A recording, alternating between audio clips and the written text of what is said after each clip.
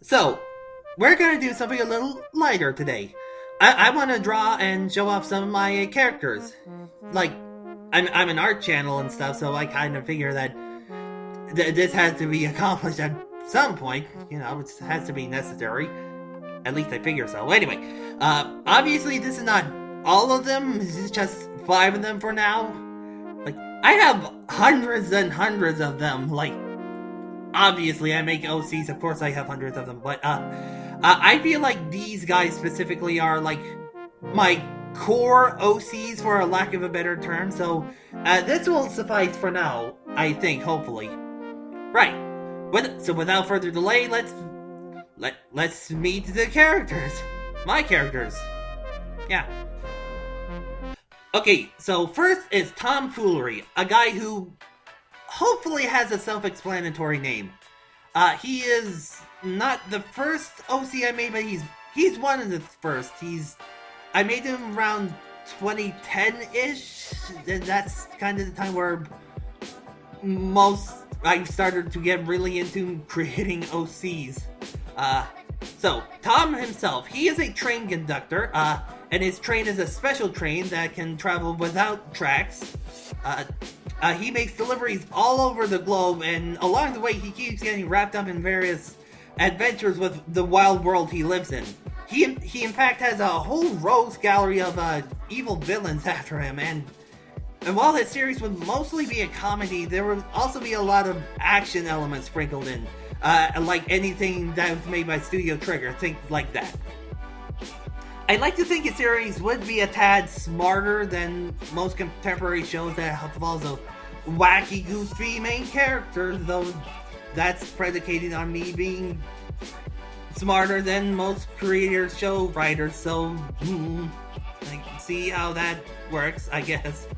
But anyway, yeah, this is Tom. This is my boy, and he's just here for a fun time. But don't mess with him.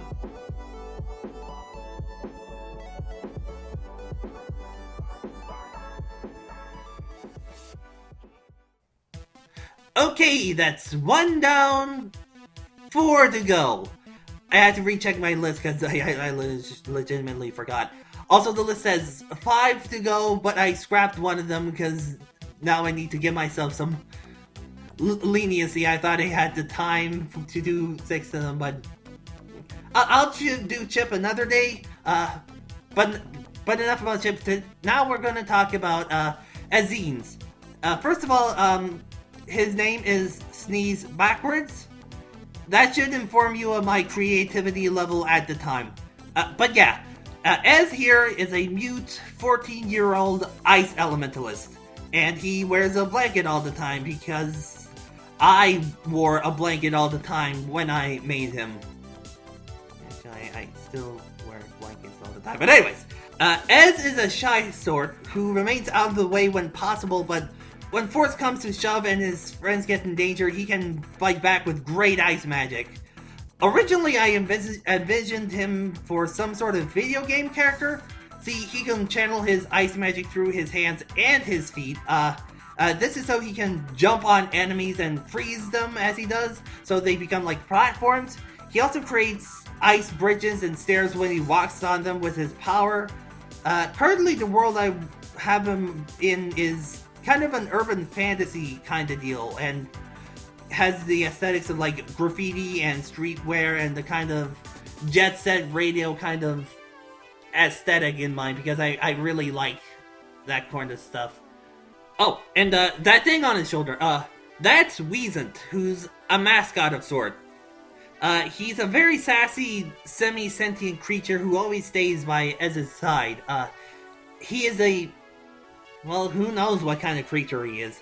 Originally, I thought he would always have, like, snide remarks and thought bubbles while the scene progresses, but I figured after a while that would get annoying, so I cut that. But, regardless, this is Ez, and his good friend. He is a very good boy, a nice boy, so please don't do anything bad to him. He's too good for this world, please.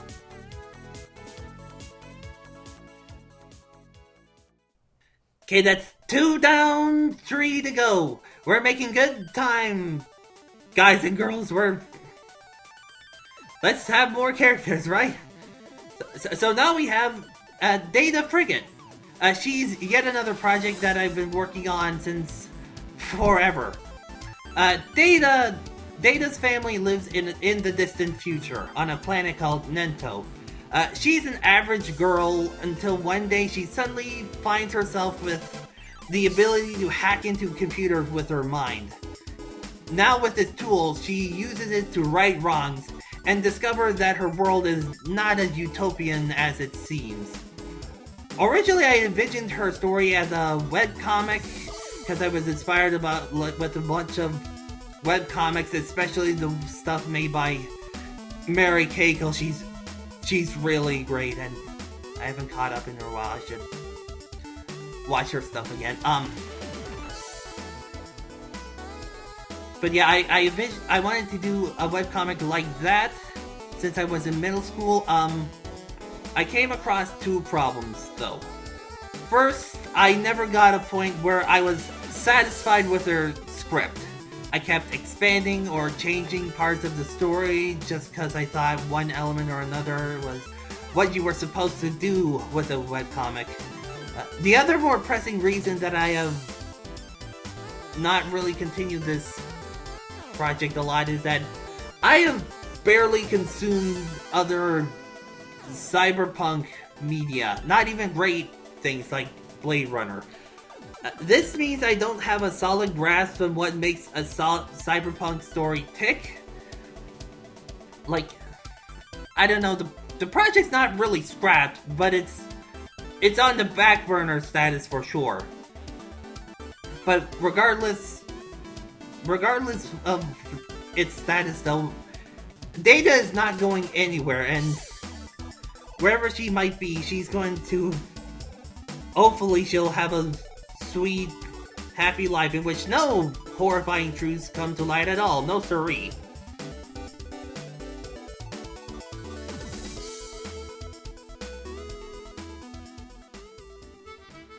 Okay, that's 3 of them, and we still got 2 of them on the plate, folks, so let's chow down and eat up my original characters, I guess.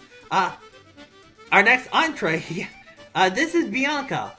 Bianca is an orphan, a traveling merchant, and the best pal of the giant blue crab, Curly. They're mainly on a quest to build their traveling merchant career and uncover the many secrets of their home world of Diathiri. These 2 are relatively newer characters compared to the others.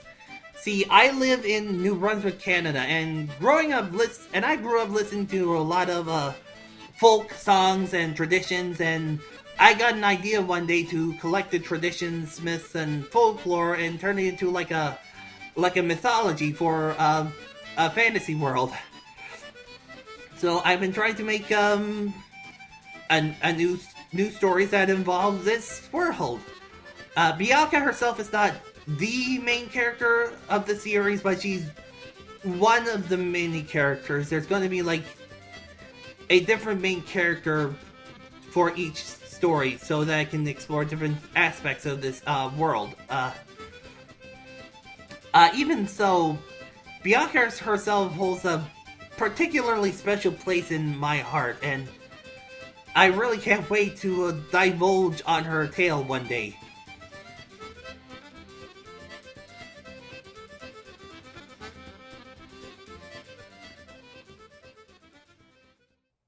Okay, one last one, here we go.